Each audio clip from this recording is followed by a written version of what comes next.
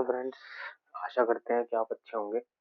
और यदि आप बहुत ही ज़्यादा अच्छे होने वाले हैं तो एसएससी जीडी के सिलेबस के बारे में आज हम बात करने वाले हैं। देखो, बात ही क्यों करने वाले हैं, देखो बात करने के बहुत सारे टॉपिक है हमारे पास। बात करने का सबसे पहले जो हमारे पास टॉपिक है ना, वो टॉपिक यही है कि जो आप एसएससी जीडी की तैयारी करना चाहते हैं तो आपको ज़्यादा से ज़्यादा प्लेटफ़ॉर्म पे उसकी तैयारी कर सकते हैं, ठीक है? बस आपको थोड़ी-सी उसके बारे में नॉलेज अगर हो जाए कि सिलेबस में क्या-क्या आने वाला है, तो आप और अच्छे बेहतर तरीके से उसकी तैयारी कर सकते हैं। और देखिए, जैसे कि सबको पता ही होगा कि जो इसकी एलिजिबिलिटी होती है, आफ्टर आफ्टर 10th आप इसकी जो है फॉर्म भर सकते हो और बिफोर 10th आप इसकी जो है तैयारी करना भी स्टार्ट कर सकते हैं। यदि आप किसी चीज़ की पहले से ही तैयारी करके चलोगे, तो आगे आपको उस चीज़ को निकालने में, मतलब उसका जो एग्ज़ाम निकालना होगा, बहुत ही ज़्यादा आसान हो जाता है। ठीक है? अब जब कोई चीज़ आसान हो जाएगी, सिंपल हो जाएगी और आप जिस चीज़ को पढ़ के जाओगे, तो ऐसी कौन-सी चीज़ है कि जिसको आप क्लियर नहीं कर पाओगे, ठीक है? तो जैसे कि आप जानते हैं कि 2021 के जो एसएससी जीडी के फॉर्म थे, वो भरे जा चुके हैं। लेकिन लोगों को अभी लोग भर तो चुके हैं, लेकिन भरने के बाद उनको ये नहीं पता कि आखिरकार इसकी तैयारी कैसे करें, सिलेबस क्या है, पेपर क्या आने वाला है और इसके अंदर पेपर होंगे कितने-कितने। ठीक है, तो मेन आज मेरा जो टॉपिक है वो सबसे पहले ये बता देता हूँ कि इसके अंदर आपके एक पेपर होता है, एक फिजिकल होता है, ठीक है? और लास्ट में एक फाइनल मेरिट जनरेट होती है, जिसमें जो-जो बंदे क्लियर करते हैं उनको एसएससी जो है, जो आपकी 6 इसके अंदर इस बार निकले थे, एसएसबी निकला था, सीआईएसएफ निकला था, एसएसबी निकला था, सी और सीआरपीएफ तो इस बार आया ही नहीं था, क्योंकि इस बार वैकेंसी नहीं थी सीआरपीएफ की। इस बार जो नई वैकेंसी आई थी वो थी एसएसएच। ठीक है, तो इस तरह से अच्छे आपके लिए वैकेंसी निकाली थी। बहुत अच्छी बात है, जो लोग तैयारी करके जाएंगे, किसी पेपर को समझ के जाएंगे, उन्हें नौकरी मिल जाएगी। और जो बच्चे नहीं तैयारी करेंगे और ना ही समझने की किसी चीज को प्रैक्टिस करेंगे, तो उनका कुछ नहीं होने वाला। वो खामा-खा बस वही वाली बात है कि मतलब भीड़ बनानी है उन्हें, फॉर्म भरना है। कुछ बच्चे होते हैं कि कुछ को फॉर्म भरना होता है और कुछ होते हैं उन्हें नौकरी करनी होती है। तो मेरा जो वीडियो बनाने का पर्सपेक्टिव है, उनके लिए है जिनको नौकरी करनी है। और यदि आप नौकरी करना चाहते हैं तो वीडियो को शुरू से एंड तक ही देखेंगे, क्योंकि हम इसमें बहुत कुछ आगे चल के डिस्कस करने वाले हैं। क्योंकि कहने के लिए एक छोटा सा एग्जाम है, कहते हैं कि 10वीं पास बंदा कर सकता है, लेकिन 10वीं होने तक भी लोग इतने मैच्योर नहीं हो पाते कि किसी नौकरी को कर पाए, किसी पेपर को समझ पाए। बहुत बड़ी एक चीज हो जाती है बच्चों के लिए कि वो पेपर ही नहीं समझ पाते। जब पेपर में बैठते हैं, देखते हैं कि आखिरकार उसमें हो क्या रहा है, वो उन्होंने तो ऐसा कुछ पढ़ा ही नहीं था। तो उसी की हम आज बात करने वाले हैं। तो जैसे कि आप जानते हैं, 2021 जीडी के फॉर्म तो फिल हो चुके हैं, लेकिन अब आपको मैं सिलेबस बताऊंगा, क्योंकि अब आपको आगे की तैयारी करनी है। प्लस हर साल ये हर साल एसएससी इसको कंडक्ट करती है, तो आप ऐसा नहीं है कि इसी साल उसकी तैयारी करोगे। जो इस साल बच्चे रह जाएंगे वो नेक्स्ट ईयर भी तैयारी करेंगे, उससे नेक्स्ट ईयर भी तैयारी करेंगे। और जैसे जैसे रिलैक्सेशन बच्चों को मिलता रहता है, उसके हिसाब से ही वो तैयारी करते चलेंगे। तो फ्रेंड्स, बढ़ते हैं अपने सिलेबस की ओर। SSC GD constable 2021। देखो, सबसे पहले बात कर लेते हैं कि जो पेपर आपका होने वाला है ना, वो कंप्यूटर पे होगा। ठीक है, अब बहुत से बच्चों में ये रहता है कि कंप्यूटर पे होगा तो मेरे को दिक्कत होने वाली, मैंने तो आज तक कंप्यूटर नहीं चलाया। देखो, मैं बता दूं, जैसे अब पेपर पहले क्या था, एक आपको आंसर शीट दे दी जाती थी, उस आंसर शीट में गोले फिल करते थे। ठीक है, अब गोले फिल करने में किसी किसी का गोला गलत हो जाता था। अब गोला गलत हो गया तो हो गया, केस खत्म, यानी कि क्वेश्चन गया आपका। लेकिन इसमें क्या है, बाई चांस आपसे गलती हो गई तो आप अपने जो गोले को है वो चेंज भी कर सकते हैं। तो ये अपना आपके पास बहुत अच्छा ऑप्शन है, एक हटा के दूसरा आप गोला डाल सकते हैं। तो कंप्यूटर बेस्ड एग्जाम इसलिए ही आपके लिए सबसे बेनिफिशियल है।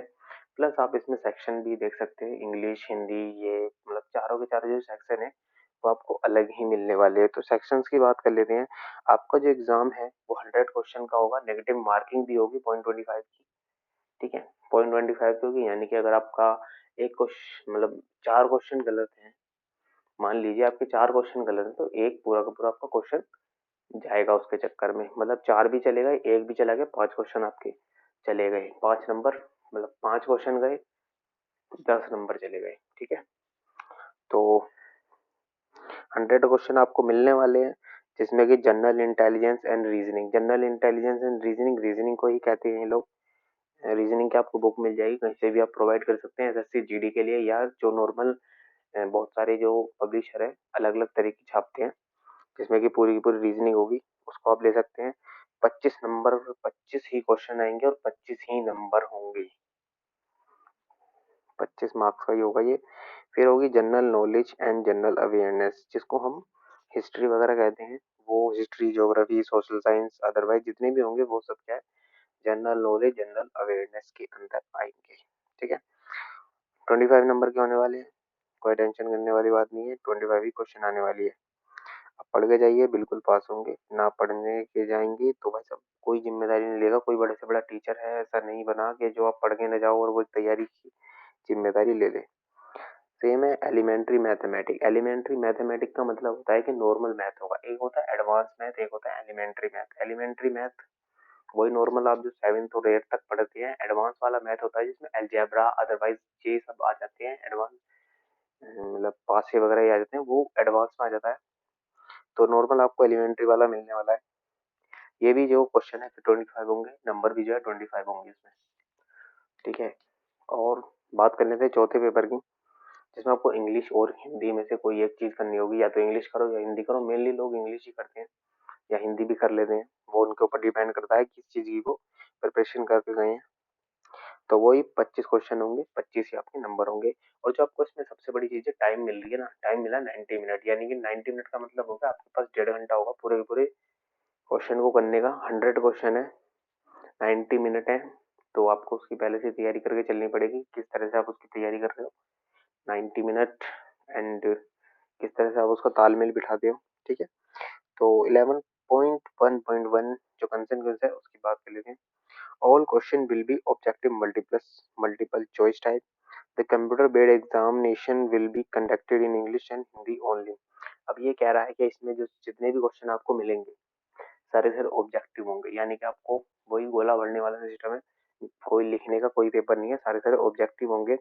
क्वेश्चन जो है कंप्यूटर बेस्ड होगा, और जो कंडक्टेड है वो इंग्लिश और हिंदी दोनों में होने वाला है, बाइलिंगुअल होने वाला है।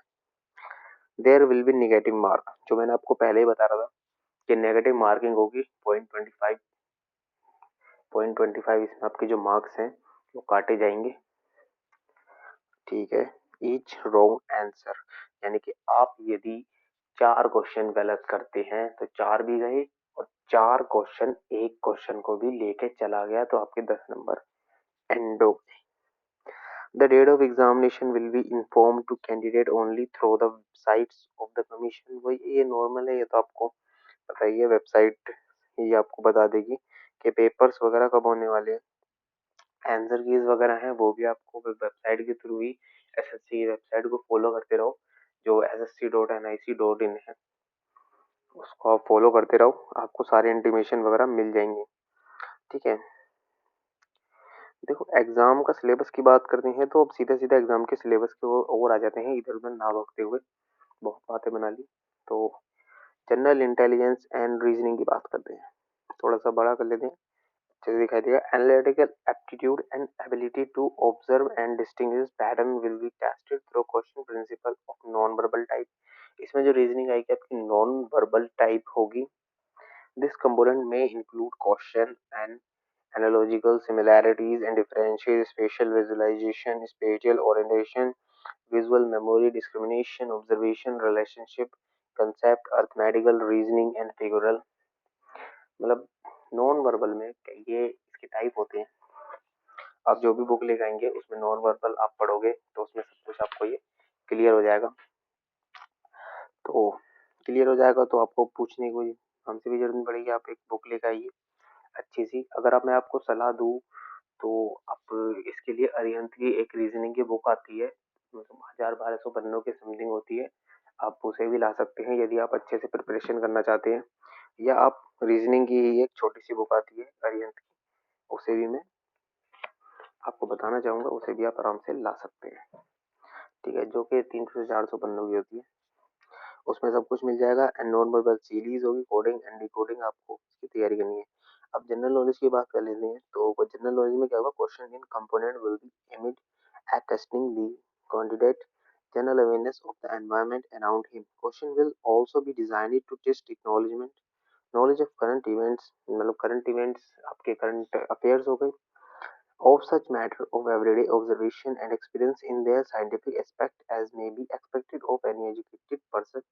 The test will also include question relating to India, India के ऊपर होंगे जो क्वेश्चन आपके होने वाले हैं। It is neighbouring countries, it is neighbouring countries यानी कि आस पड़ोस की जो कंट्रीज हैं उनके बारे में होंगे, स्पेशली पेरेडिंग टू स्पोर्ट्स के बारे में होंगे, जैसे आप जानते हैं कि अभी ओलंपिक्स वगैरह हुए हैं, पैरा ओलंपिक्स चल रहे हैं, तो उनके बारे में बहुत सारे आपको क्वेश्चन मिलने वाले हैं। आपके श्रीलंका है, फिलहाल अफगानिस्तान है, बहुत सारे जितने के आपके करंट टॉपिक चल रहे हैं उसके ऊपर आपको नेबरिंग जो आपकी हुड है उनके बारे में भी बात वहाँ पे करने को मिलने वाली है। Specially pertaining to sports, history की बात होगी, कल्चर की बात होगी, geography, economics, scene, general polity, Indian constitution and scientific research etcetera, इन चीज़ों के बारे में वहाँ पे बात होने वाली है। आराम से एक छोटी सी बुक लेकर आइए पहले एसएससी के लिए, उसमें से आप देखिए कि आपको फेस क्या क्या करना है, फिर उसके हिसाब से आप तैयारी कीजिए। लार्ज एक स्केल पे थोड़ी सी आप ऑनलाइन यूट्यूब के थ्रू भी जो क्लासेस देते हैं उनसे आप नॉलेज इस चीज़ की ले सकते हैं कि आखिर आपको तैयारी किस चीज़ करनी है। ठीक है, अब सेकंड थिंग जो है मेरे पास general knowledge and general awareness, ये मतलब हिस्ट्री कल्चर ये रिपीट किया हुआ है। अब जो मेरे पास थर्ड है एलिमेंट्री मैथ है, मैथ की बात कर लेते हैं। मैथ में देखो आने वाला है आपके पास नंबर सिस्टम आने वाला है, जो आपको तैयारी करनी है नंबर सिस्टम की करनी है।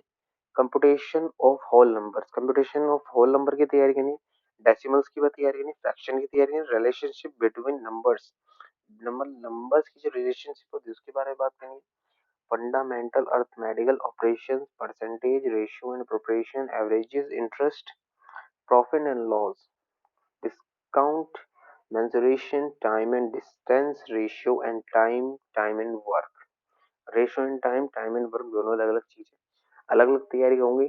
जब आप बुक लेकर आओगे बुक में आपको सब ये अलग अलग मिलेंगे, लेकिन आपका जो मेन फोकस होगा इन्हीं केवल टॉपिक के ऊपर होगा। इन टॉपिक को करके आप जाइए, एसएससी कह रहा है गलत नहीं कहेगा, इन टॉपिक को आप करके जाइए, आप 100% पास होंगे।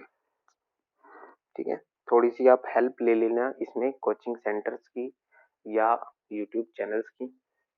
मैं आपको रेकमेंड इसके लिए करता हूँ वाईफाई स्टडी, वाईफाई स्टडी ले लो या अन अकेडमी ले लो, एक बहुत अच्छे एजुकेटर होते हैं उस पर। ठीक है, और बेसिक कॉम्प्रेशन मिलने वाली है आपको इंग्लिश हिंदी से रिलेटेड, जो फोर्थ वाला है इसका कॉम्प्रेशन मिलेंगी।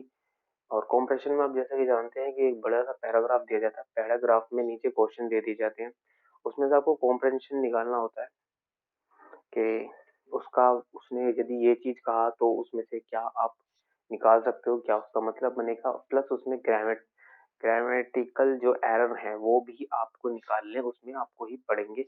तो इस चीज का खास करके ध्यान रखें, इंग्लिश और या हिंदी पे पहला ही अपना फोकस बना के चले। ठीक है, और आपका मैथ आने वाला है और आपकी साइंस हिस्ट्री वगैरह आने वाली है। हिस्ट्री को ये लोग जनरल अवेयरनेस या जनरल नॉलेज कहते हैं या जी के भी कहते हैं, जनरल नॉलेज जी के हो गई। तो इन चीज के बारे में फोकस रखें, और यही था आज का सिलेबस पूरा का पूरा। और फ्रेंड्स यदि आपको वीडियो अच्छा लगा हो, हेल्पफुल लगा हो, आगे भी इसी तरह से हेल्पफुल वीडियो चाहिए हो, तो आप चैनल को लाइक कीजिए, सब्सक्राइब कीजिए और आपके फ्रेंड्स तक भी इनको पहुंचाइए, क्योंकि उन्हें भी इन चीज़ों की नीड है। आजकल सभी सरकारी नौकरी की तैयारी कर रहे हैं, लेकिन उनको यदि हेल्पफुल चीज़ें मिल जाती हैं तो उनको हर किसी को आसानी हो जाती है। Thanks for watching this video. Next video में मिलते हैं किसी और सिलेबस के साथ, अच्छी सी एक वैकेंसी के साथ। देखो हम रोज रोज कोशिश करते हैं आप तक एक ऐसी नौकरी या ऐसा सिलेबस पहुंचाने की ताकि आपको आसानी से वो समझ में आ सके, अंडरस्टैंड हो सके और आप उस चीज को कर सको। बहुत से चैनल ऐसे हैं जो कि गलत सलत खबर छाप रहे हैं, गलत सलत आपको वीडियो दिखा रहे हैं और उस तरह कोई वैकेंसी आती ही नहीं है, तो उनसे भी थोड़ा सा सावधान रहे।